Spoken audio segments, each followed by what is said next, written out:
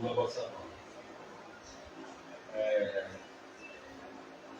Um ano antes, ali, em 1967, o Beatles lançou um disco chamado Sgt. Pepper. Eu conheci isso, várias vezes e tal. E esse disco é um marco porque foi considerado o primeiro disco para contar uma história. Até então as pessoas faziam discos e cada música falava de uma coisa, não tinha uma ligação. Né? Um amontoado ali de composições naquele momento. E o Sgt. Pepper dos Beatles, ele conta uma história. Tem o começo, tem o meio e tem o fim. Tempos depois a gente começou a chamar esse formato de ópera rock. Né? Tem a ópera, que conta a história, né, e tal.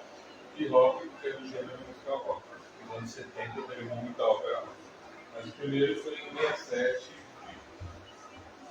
Aí no ano seguinte, aqui no Brasil. Tudo bem, boa tarde. Boa tarde. Tudo bem? Tudo bem? Beleza? Beleza? Beleza? Aí em 68 aqui no Brasil, Nossa, mas só a gente tem um movimento chamado Tropicália, formado principalmente por Caetano, o Gil, o Zé, o Paulo, o Reis, os Mutantes, né? Foi o do Tata, o Maestro, que e outros artistas que foram se juntando a esse movimento.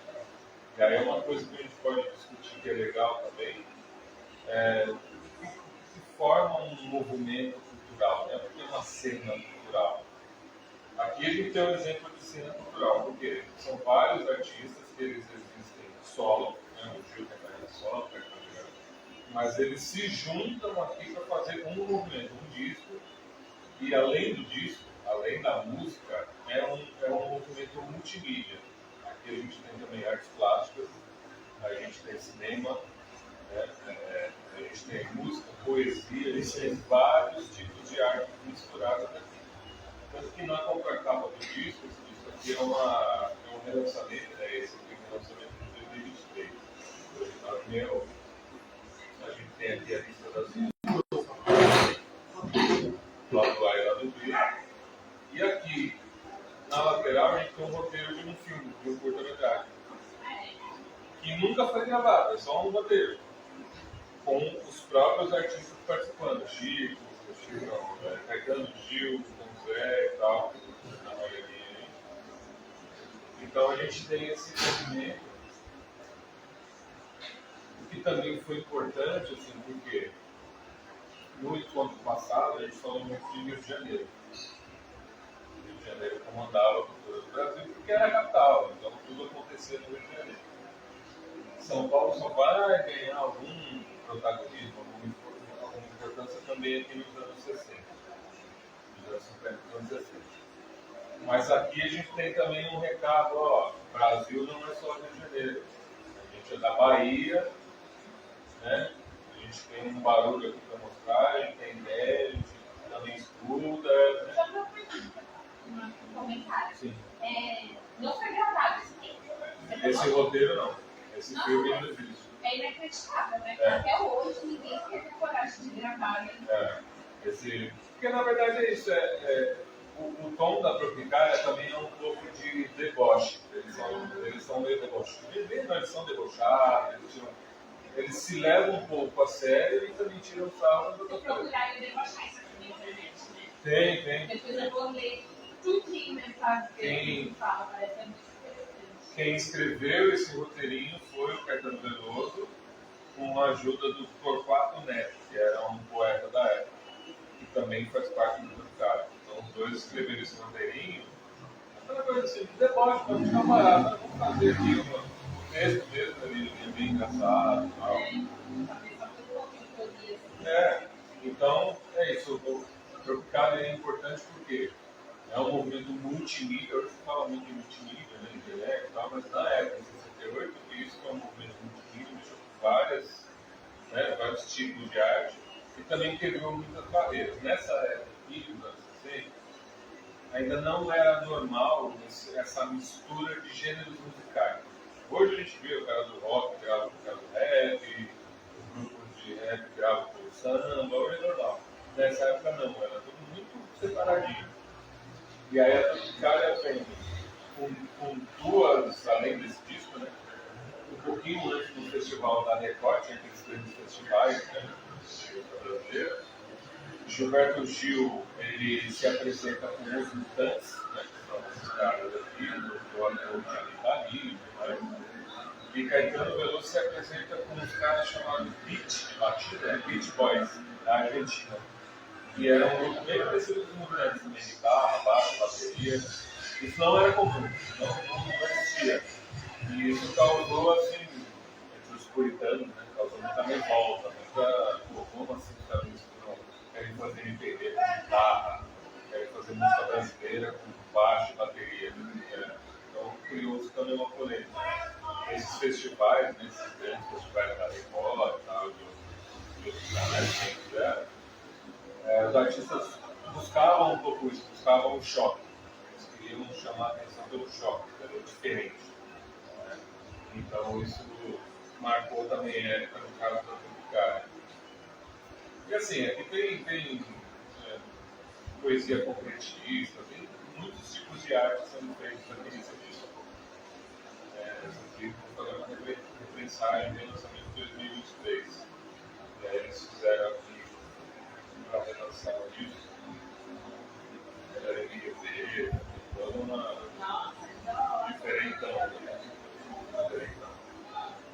Então a Tropicália marca essa mudança, assim, essa quebra de barreiras, de algumas barreiras. Tanto que ali na sequência a gente vai ter, pulando esse programa dos caminhos também, o pessoal do Ceará, que eu até comentei no outro encontro. O que é o pessoal do Ceará? Também é um coletivo de artistas, só que eles não se juntam para gravar um disco como aconteceu aqui. Eles têm cada um a sua carreira, cada um a sua. É claro, pode ser que um componha para o outro, o Belchior compõe do Fagner, o Belchior compõe da Amelinha, o Fausto Milo compõe para Edinardo. Existe essa camaradagem entre eles, mas eles são artistas solo, cada um na sua carreira. Então aqui no pessoal do Ceará, a gente não consegue, a gente pode dizer que é um movimento cultural, mas nesse sentido de vários artistas solo aparecendo juntos. Né? Eles não têm um disco. E cada um faz sua parte. Tanto que muitos deles, né, como a gente vê ali, a Melinha, eu vi um show dela faz pouquíssimo tempo, no finalzinho do ano passado, tá ótimo, muito bem. Aí tem o Belchior, né, falecido Fagner também, que está fazendo shows. O Fausto Milo, né, um grande compositor, compõe para muita gente da MPB, Geraldo Azevedo, muita gente da MPB. Edinardo também, eu vi um show dele faz pouco tempo. Também velhinho já, talvez seja mais velho deles aí. O Cláudio Rogério e Tete. Então são vários artistas do Ceará. E aí rola um negócio interessante também nesse movimento, que é assim. Então antes a gente teve a Tropicália, 68, eles aparecem em 72. A diferença de idade entre eles nem é muito grande. Eles são, né, tem 4 anos de diferença de idade, entre Caetano Gil e tal, e né, Fábio. Mas eles aparecem como uma nova geração também para quebrar essa coisa. Ah, não, agora só a Tropicália aparece. Espera aí, tem gente aqui no Ceará também. Então, o mesmo movimento que a Tropicália fez chamando a atenção do Cavalia, eles fazem para o Ceará. Tanto que o Belchior, em mais de uma letra, ele cutuca o Caetano Veloso. Ele fala, um compositor baiano antigo, falou uma vez, ele cita uma música do Caetano como um compositor antigo. Então, você vê, 4 anos de diferença de um momento para outro, mas ele chega falando isso, é um compositor antigo, baiano, que apareceu aí, tá? Agora é minha vez. Porque se a gente for ver na cultura como um todo, assim, toda geração que vem, ela meio que nega a anterior.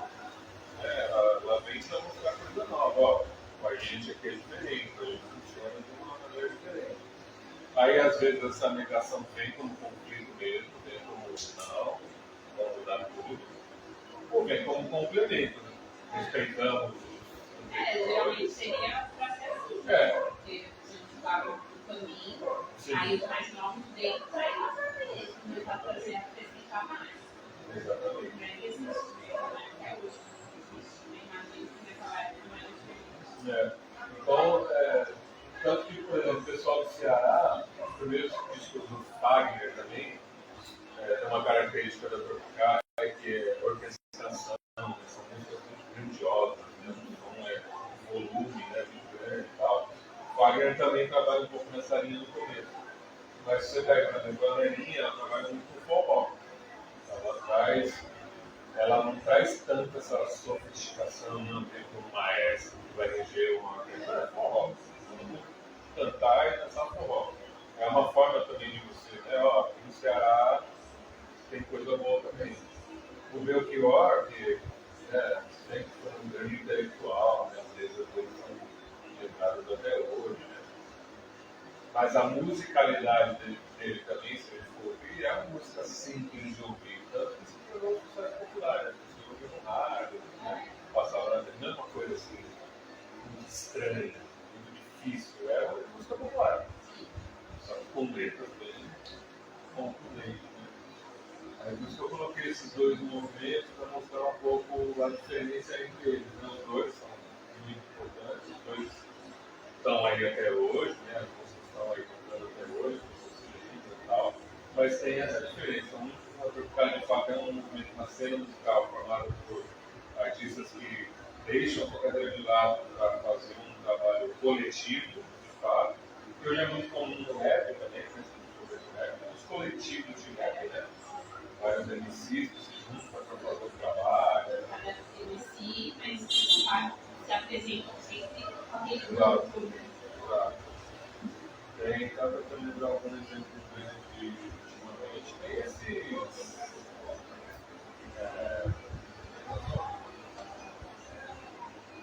Poesia acústica, né? A poesia acústica faz muito isso, né? Então eles pegam, mas também é pontual, é só aquela música e acabou, né? Segue a vida. Mas é também uma forma de fazer Mas um aí, coletivo. geralmente, durante os shows, geralmente sempre tá, se não todos, Sim. mais de um daquele grupo, né? É igual que o canto. Sim. Eles têm, cada um é um MC. Tá. Mas eles se apresentam como o canto. Aí cada hora tá me cantando, né? Aí é uma forma de se organizar, é uma forma de poupar grana também, porque você bancar um trabalho seu sozinho é mais difícil, porque juntar muita gente bancar um trabalho. Então, é uma forma até para capitalizar melhor e tal. E você movimenta assim, né? Você faz seu som sem deixar de lado a sua carreira.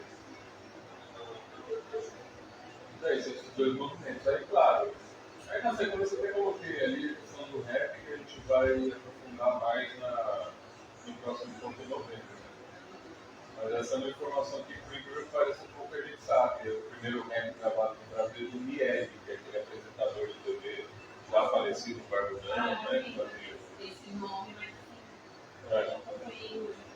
ele cantou, ele gravou esse rap. Existiu um grupo, né, um grupo lá dos Estados Unidos chamado Sugar Hill Gang, um dos primeiros grupos a fazer sucesso mundialmente no rap.